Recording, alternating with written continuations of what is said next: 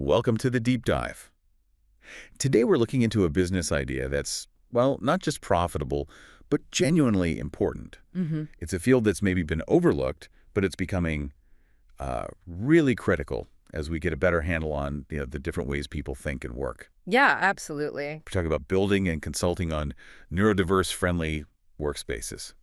Okay, let's unpack this. It's so true. I mean, for ages, offices have pretty much been designed with one type of brain in mind, the neurotypical The one. default setting. Exactly. Think about it. The standard is often, open plan layouts, those really bright fluorescent lights, a constant buzz, all geared towards this idea of high energy, nonstop collaboration. But that whole approach, it just inherently creates these huge barriers for, well, a lot of people in the workforce. And yeah, when you think about individuals with maybe ADHD or autism, other kinds of neurodivergence, these places could be an absolute nightmare. Yeah. Like I was thinking about this example, Sarah, brilliant software engineer, right? But she was just constantly fighting the server hum, the lights, the chatter. It really brings home why this idea matters. That's a perfect example. It often leads straight to sensory overload. Makes it incredibly difficult, sometimes impossible, for neurodivergent people to focus or be productive or even just feel okay at work. So they can't do their best work. Pretty much. The environment itself is kind of working against them. Okay, so that's the problem, the solution, and where the business idea comes in, it's about something different, right? Totally. It's building workspaces based on empathy, yeah, but also a really deep understanding of different human needs. So the niche is becoming that consultant or designer, maybe project manager, who helps companies create places where everyone can actually thrive. Exactly. Helping them shift the environment. Here's where it gets really interesting. For a business leader listening, maybe they're thinking, okay, but how? How do you even start? What does that consultation look like on day one? Right. Well, usually it kicks off with a deep dive. You're looking at their current setup, their culture, everything. Okay. And you're asking some key questions, things that go beyond just how it looks. Like, are there actual quiet zones for focused work? Really quiet. Not just a corner desk. No, exactly. Or can people control their own lighting, their sound levels? And also, are there places for positive stimulation, maybe a fidget-friendly spot or standing desks with a view? It's about finding the friction points.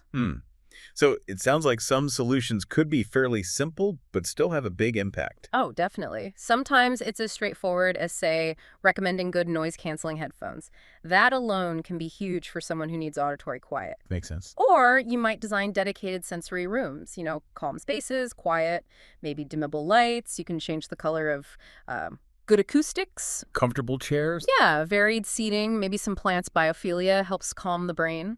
And it's not just the physical stuff. We've helped companies rethink meetings. Oh, how so? Well, moving away from those big, potentially overwhelming brainstorming sessions, maybe towards more structured ways, like written input beforehand, or different meeting formats that suit various processing styles. Wow, okay. We actually worked with this one tech firm.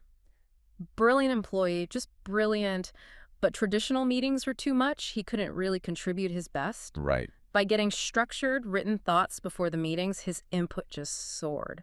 And honestly, the quality of everyone's ideas got better. That's fascinating. It really changes how you think about investing in the workplace. So what does this all mean? Beyond the, human side, what's the actual business case here? This isn't just a feel-good thing, is it? Oh, absolutely not. It's a smart thing. It's definitely not just CSR. There's a clear ROI. Okay. The data we're seeing now consistently shows companies with strong DEI, diversity, equity, inclusion programs, they're way better at attracting and keeping top talent. Right. We hear that a lot. And neurodiversity is a huge, often missed part of that whole DEI picture. What's really interesting is when you design for neurodiversity, you often end up making things better for everyone's focus and creativity. Oh, like a rising tide lifts all boats kind of thing. Exactly. It's designing for human variety. So companies investing in spaces that truly support all employees, they see real returns. Better productivity, more creativity, more loyalty. So you're not just selling nice furniture. No, you're selling a competitive advantage. It hits the bottom line. You can track metrics like lower absenteeism, better retention, especially among neurodivergent staff, even more innovation. That's a really strong case. Okay, so if someone's listening and thinking, wow, this sounds like something I could do, something important, what stands out to you? How would you even start in this field? Yeah, practical steps. Well, one solid route is getting certified. Maybe in universal design, that's about creating things usable by everyone, regardless of ability or neurotype, or workplace accessibility specifically. Okay, certifications. Then, building a portfolio is key.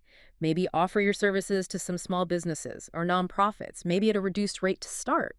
Get those case studies. Real-world experience. Exactly. Show the before and after. Get testimonials. Your marketing should really lean on those stories showing measurable improvements in well-being, in output. Makes sense. Good proof. And maybe join some professional groups focused on inclusive design or neurodiversity. You could even start by specializing, maybe focus just on acoustics or executive function support, then broaden out. Got it. Lots of ways in. This deep dive really highlights how creating neurodiverse-friendly workspaces is, well, it feels like it's right at the cutting edge of where work is going.